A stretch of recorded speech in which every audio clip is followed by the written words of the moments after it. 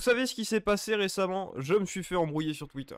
Vous allez me demander absolument comme tous les jours, et je vais répondre absolument comme tous les jours. Mais cette fois-ci, le sujet était particulier. En fait, c'est surtout que j'ai beau le retourner dans tous les sens, j'ai beau essayer de réfléchir différemment, j'en suis arrivé à une certaine conclusion. Déjà, la conclusion, c'est que j'avais raison, mais ça, c'est surtout parce que j'ai un ego surdimensionné que je le pense. Mais surtout, même si je pouvais comprendre les arguments en face, j'arrivais pas à me dire qu'ils étaient valides. J'arrivais pas vraiment à leur donner sens ou leur donner raison, peu importe l'angle.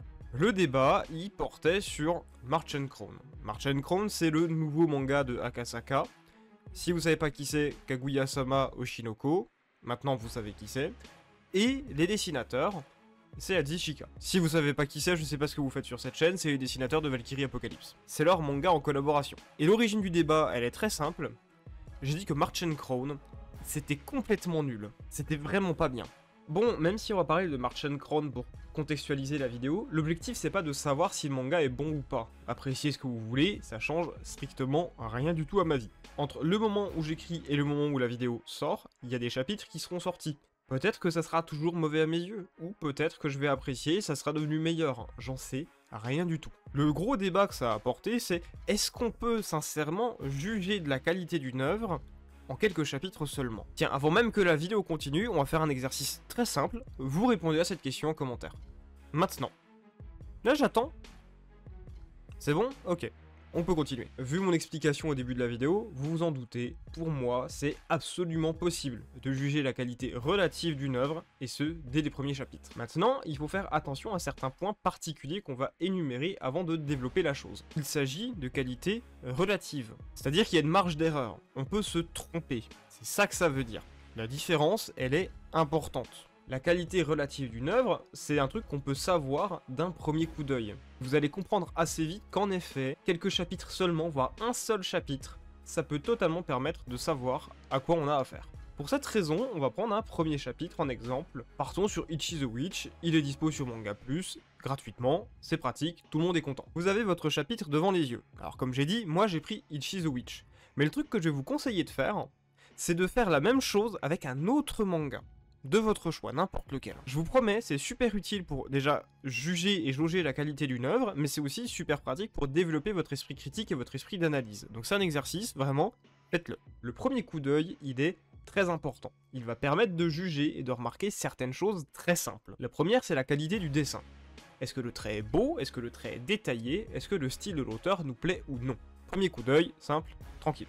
Avec Ichi the Witch, on peut dire que je triche un petit peu parce que au dessin c'est Usazaki et j'aime beaucoup ce qu'elle fait. Mais même en me concentrant sur les premières pages, c'est pas ce qu'elle nous a proposé de meilleur, mais ça reste globalement passable, voire même plutôt bon honnêtement. Donc, niveau dessin, on est bien. Le dessin, on me dira, c'est une qualité parmi tant d'autres, il y a plein d'autres trucs qu'on peut juger et qu'on peut observer. Et en effet, le dessin, c'est pas ce qui prouve le mieux la qualité d'une œuvre. Il y a des œuvres qui sont très mal dessinées, qui sont excellentes. Foot Basket, c'est pas très beau, par exemple. Pourtant, Foot Basket, c'est très bien. Donc, on va se concentrer un petit peu sur le découpage. Le découpage de Ichi the Witch, il est classique, il est fluide, ça s'enchaîne de manière clairement naturelle. Je prends par exemple la transition entre action actuelle et flashback. Elle est bien faite, vous avez littéralement juste des cases simples qui s'enchaînent de haut en bas, on coule littéralement vers le flashback. Le manga utilise des traits de découpage droit pour narrer l'histoire et en diagonale pendant des scènes d'action. Un bon élément de fluidité, ça rend le tout plus cohérent. Notez aussi les corps qui parfois dépassent du découpage, ça donne des impressions de profondeur et d'importance au personnage. Franchement, relativement classique, mais très bon. Deuxième information qu'on a en un simple coup d'œil, le découpage est peut-être pas aussi exceptionnel que celui de My Hero Academia, mais il reste bon. Le découpage, là, il remplit parfaitement sa fonction. On rappelle que sa fonction, c'est faire en sorte qu'on puisse lire l'histoire de manière confortable, qu'on puisse être à l'aise et qu'on comprenne les choses parfois en un simple coup d'œil. Là-dessus, le découpage fait bien son travail. C'est bon. On pourrait se dire que ça s'arrête là, et pourtant il y a d'autres éléments à observer. Le manga nous donne une scène d'exposition simple, peu de dialogue, une scène claire et nette pour présenter le personnage, puis un full body, donc le corps complet, pour le montrer. À certains moments, on peut râler sur le nombre de bulles et de dialogues sur une seule page, mais ça reste alterné avec des planches muettes, et surtout un nombre raisonnable de cases. Ça fait pas trop fouillis, en gros. Ce qui est quelque chose que on peut reprocher à One Piece ces derniers temps. Tout ce que j'ai énuméré là pour voir la qualité du récit et du manga, c'est un truc qu'on voit dès le premier coup d'œil. Parce que dites-vous qu'on n'a pas encore commencé à lire le chapitre. C'est des choses que tu vois en balayant le regard une simple fois.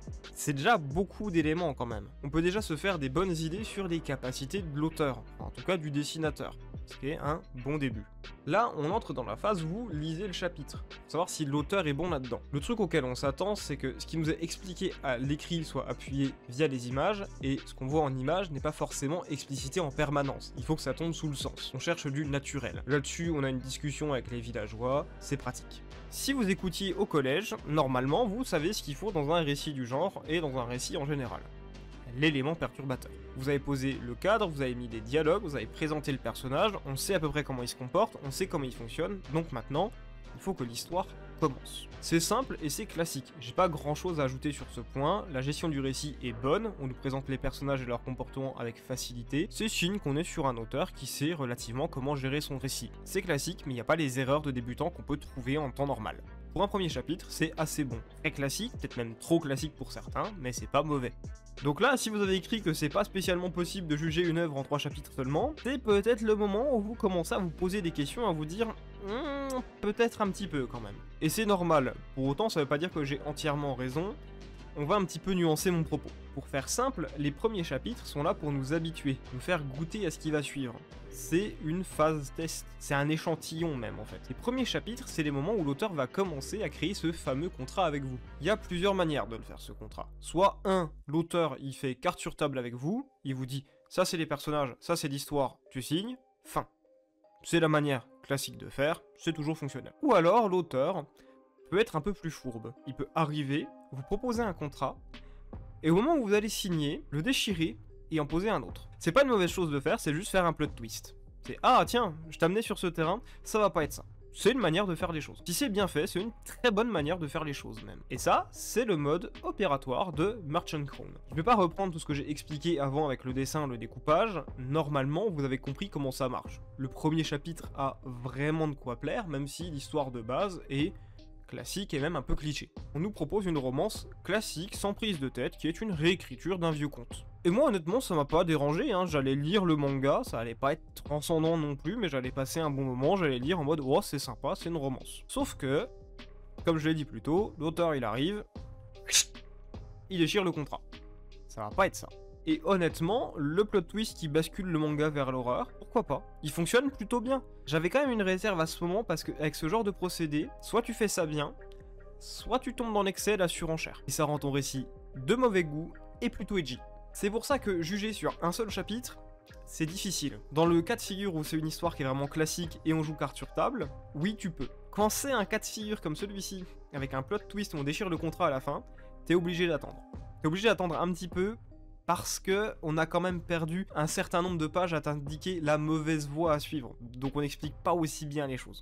Mais au bout de quelques chapitres supplémentaires, tu peux quand même juger. Merchant Crown, c'est 150 pages pour l'instant. C'est presque un tome complet, et je pense que c'est logique que si en un tome t'arrives pas à convaincre les gens, ils achètent pas la suite. Et pour le coup, eh ben j'aurais pas acheté la suite. Pour étayer mon propos, je vais reprendre le thread que j'avais fait d'analyse du manga, et surtout d'analyse suite au 3e chapitre. Ça devrait vous expliquer et même vous permettre de comprendre pourquoi avec peu d'éléments, on peut quand même se faire une idée de la suite. Ce qui pour moi a mis le feu aux poudres, c'est la scène de tentative de trucs pas sympas qu'on fait aux dames sans leur consentement. J'aurais bien utilisé le mot, mais YouTube, donc bref, vous avez compris quoi. Cette scène, c'est la moitié du chapitre 3. C'est presque la moitié du chapitre 3. Normalement, quand vous faites le parti pris de « je déchire le contrat pour déstabiliser le lecteur », on explique la chose après. Ça n'a pas été fait dans ce cas-là. L'auteur nous laisse dans un flou total. On a un chapitre qui est super choquant et violent, le premier chapitre avec le plot twist, donc ça marche, il y a une tension, tu te demandes ce qui se passe, tu te dis on va avoir des explications, il va se passer quelque chose, et rien du tout. 2 chapitres qui veulent absolument appuyer sur regarde comme c'est choquant, regarde comme c'est violent. Et ça pour ta tension narrative, c'est une idée complètement nulle, parce que tu ne fais pas en sorte que le lecteur se sente concerné. Il est juste spectateur d'horreur, et il sait pas quoi faire, il sait pas comment interpréter ça, il sait pas ce qu'il est censé comprendre. C'est juste violent. Qu'est-ce que tu veux faire avec? À vouloir forcer cette idée de violence et de choc, on finit par rendre ça moins impactant. Et donc une scène qui devait être traumatisante devient une horreur de plus et on s'en fout. La scène de l'agression, elle est pas fonctionnelle à ce moment. C'est le genre d'événement où le parti pris, c'est soit la montrer comme une horreur parmi tant d'autres, soit de se concentrer dessus en faisant monter l'angoisse. Bah on a eu le mix des deux, qui marche pas. C'est montré comme une horreur parmi tant d'autres, et en même temps, on fait un focus dessus qui est beaucoup trop long. Avec à la fin, pas vraiment de solution, si ce n'est le héros rutilant qui arrive sauver la pauvre petite fille. Voilà. Résultat des courses, on nous fantasme l'idée d'un prince charmant qui sauve une gamine désespérée, et la tentative d'agression, on a l'impression qu'elle était là pour faire agrourou le monde des méchants. Je rappelle, c'est la moitié du chapitre 3 cette scène, un chapitre d'introduction. On n'aurait pas pu faire mieux là avec ces 20 pages? Et vous allez pester que le message que je vous ai balancé, c'est pas ce que l'auteur voulait dire. Je m'en doute que c'est pas ce qu'il voulait dire. Le gros problème, c'est que la manière dont il le montre et dont il fait ça, ça nous fait comprendre ça. T'imagines la taille du raté quand même? Peut-on juger toute la qualité d'une œuvre en 3 chapitres seulement? C'est pas sûr à 100%, on peut toujours s'améliorer et piéger le lecteur en cours de route. Mais si on part mal quand même. L'introduction restera une tâche dans notre narration et surtout ça va nous gêner pour rectifier le tir. Rater le début de son récit, c'est faire ton récit sur des fondations bancales. C'est pas une bonne idée, ça marchera pas. Pour répondre à la question du début de la vidéo, c'est totalement possible. Je suis désolé, c'est totalement possible. Pourquoi, dès les premiers chapitres de certains mangas et de certaines œuvres, on peut se dire c'est incroyable, on a le droit de le dire, mais si c'est mauvais, on n'a pas le droit de le dire. On peut pas faire oh là là, c'est nul. Non, on n'a pas le droit de le faire. Ça serait trop extrême. Et pourquoi dans un sens ça marche mais pas dans l'autre? Si dès les 3 premiers chapitres c'est mauvais, on doit le dire, les 3 premiers chapitres sont mauvais et il y a des chances que ça le reste. Ça veut pas dire que ce jugement il est définitif ou juste, ça veut juste dire, ce que je lis, je réfléchis dessus, et de ce que je réfléchis, il en résulte pas des trucs qui sont vraiment très bons. Parce que si tu te refuses de juger et de critiquer le truc, ou même de l'analyser, ça veut dire que tu réfléchis pas à ce que tu lis, ce qui est pas super. Pour faire simple et pour conclure, lisez, jugez, critiquez, et si vous sentez qu'un truc est vraiment nul, il faut le dire. Sincèrement, pensez qu'on peut pas juger la qualité d'une œuvre avec ses premières pages, dans un monde où Albert Camus commence un roman par « Aujourd'hui, maman est morte » ou peut-être hier, je ne sais pas, c'est être dans le déni. Un incipit, c'est peut-être le moment le plus important de votre récit en fait. Sur cette question, je vais encore rester sur Albert Camus. Vous savez ce qu'il a dit à un moment dans un livre? Les premières pages d'un récit sont dans les dernières. Évitez de rater vos premières pages. Comme ça, vous pourrez réussir vos dernières pages. C'était Béléus, et je vous dis salut à tous.